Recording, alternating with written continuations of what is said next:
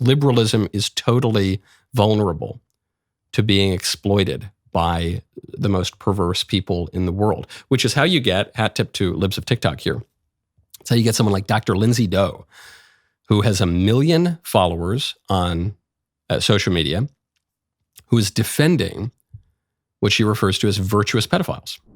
It's short for virtuous pedophiles. Not virtuous as in they're better than everyone because they're attracted to children, but virtuous like having moral standards and a sexual orientation that they have no control over, like the rest of us. Before you get all worked up, I'm talking about pedophilia, not child molestation or rape. Pedophilia is the sexual attraction to children. It's a paraphilia. There's a link to more information about it in the description, videos I've made in the past explaining the kind of human diversity and development. Molestation and rape are different.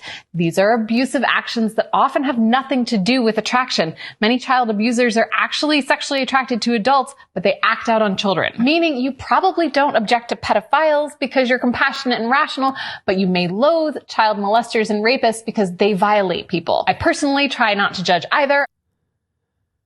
It's always the eyes.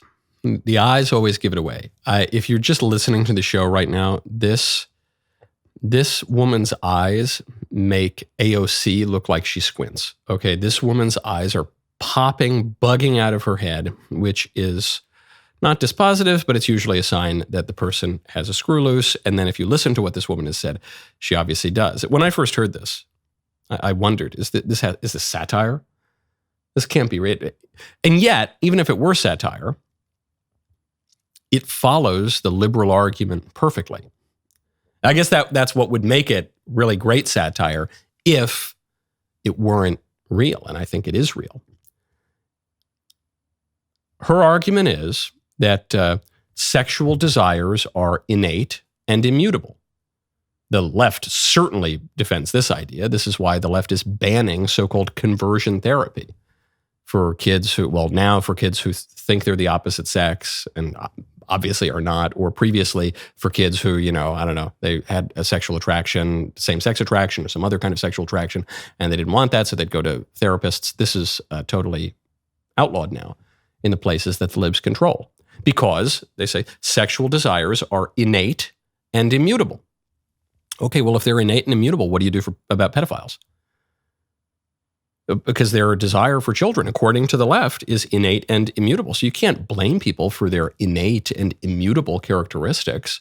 In fact, what this woman says is, these people are virtuous if they don't act on their desires. There's nothing wrong with that desire. There's so much more to say. First, though, text Knowles to 989898. Let's talk about your hard-earned money. With Kamala Harris proposing massive tax hikes, you might be thinking it's time to make more of your savings tax-sheltered and inflation-sheltered. That is why I trust Birch Gold Group to help you. They will assist you in converting your retirement account into physical gold, and you won't pay a penny out of pocket for the conversion. Just text the word Knowles, Knowles, to 989898. Get a free info kit on gold. That is KNOWLES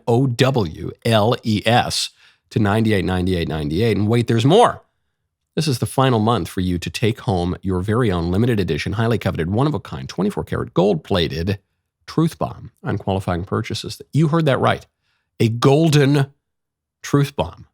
Who could ask for anything more? Right now, text Knowles, KNOWLES, to 989898 to claim your eligibility before September 30th. In a time of high taxes and high inflation, protect your savings with gold from Birch Gold. Text Knowles to 989898 for your free info kit today. There can never be anything wrong with a desire.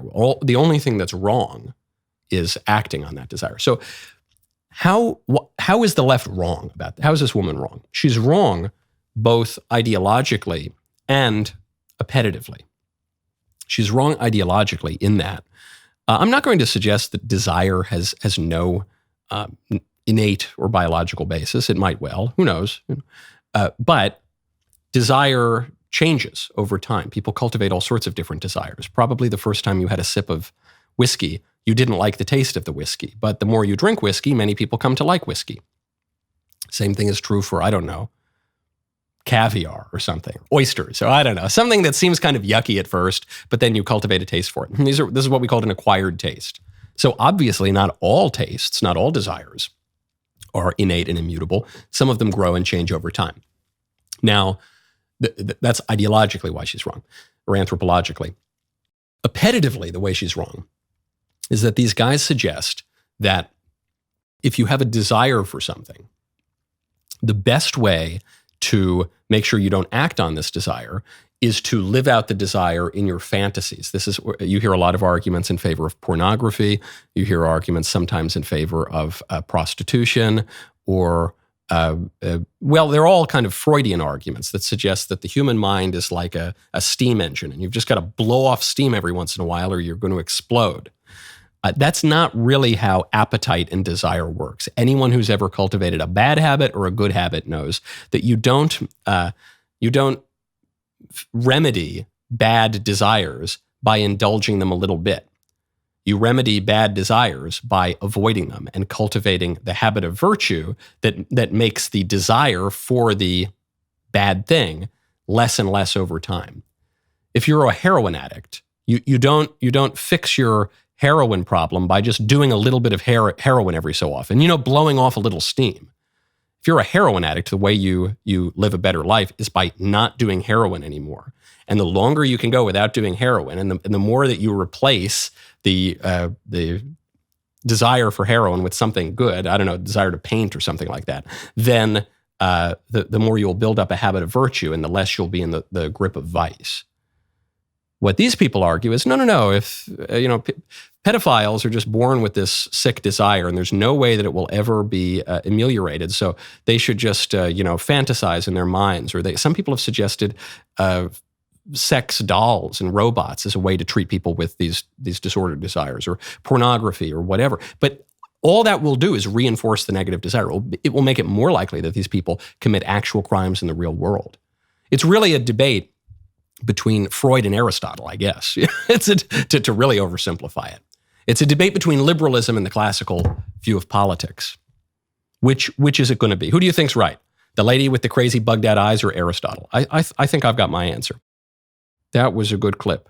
Now, hold up, ring the bell, subscribe to the Michael Knowles YouTube channel, and we'll see you next time.